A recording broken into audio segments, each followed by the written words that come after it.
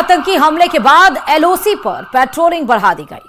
News 18 की team आज LOC के करीबी इलाकों तक पहुंची, जहां बीएसएफ की लॉन्ग रेंज पेट्रोलिंग जारी है। देखिए इसी पर एक्सक्लूसिव रिपोर्ट।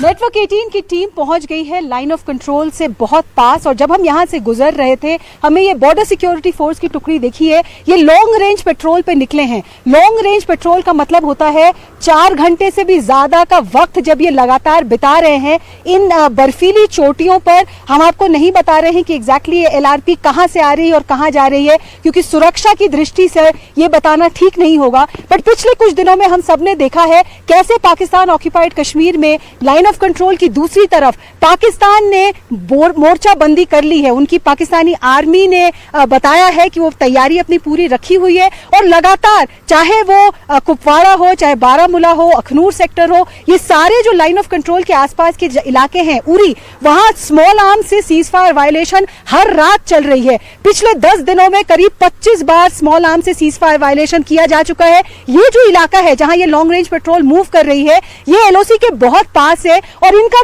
दो मकसद है इस एलआरपी का।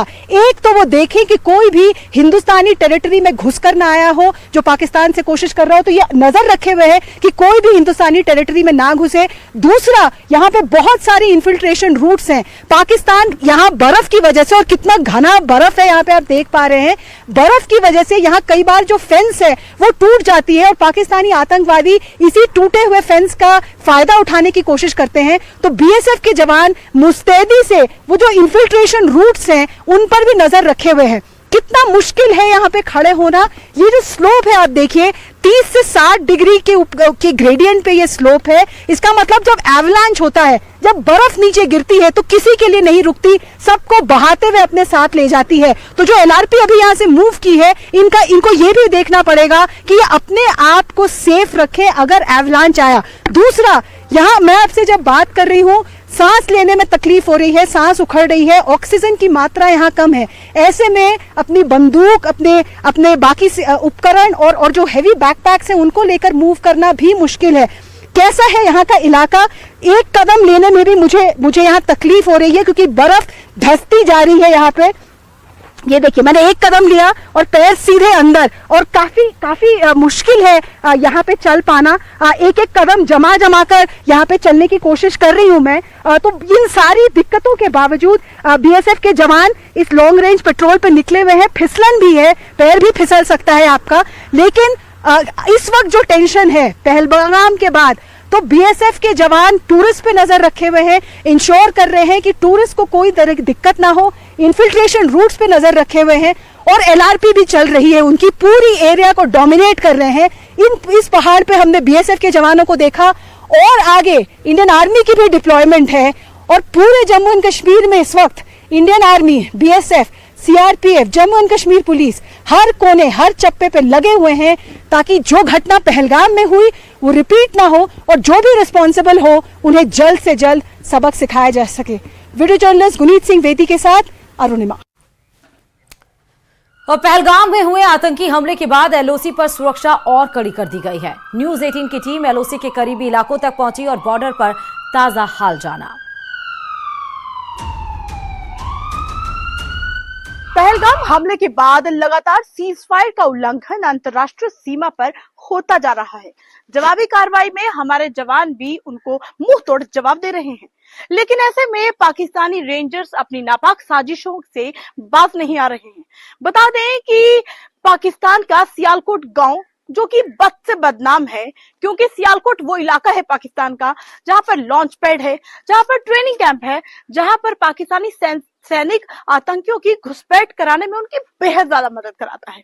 तस्वीरों में देखिए, जिस जगह पर हम लोग मौजूद हैं, ये पाकिस्तान का सियालकोट गांव है, और हम लोग अंतर्राष्ट्रीय सीमा पर मौजूद हैं। अंतर्राष्ट्रीय सीमा से बेहद ज्यादा नजदीक पाकिस्तान का सियालकोट ये वो इलाका है जहां पर ट्रेनिंग कैंप है, जहां पर पाकिस्तानी आतंकियों को जो है वो खाना मुहैया कराया जाता है, पाकिस्तानी सैनिकों की उनको मदद मिलती है, घुसपैठ कराई जाती है।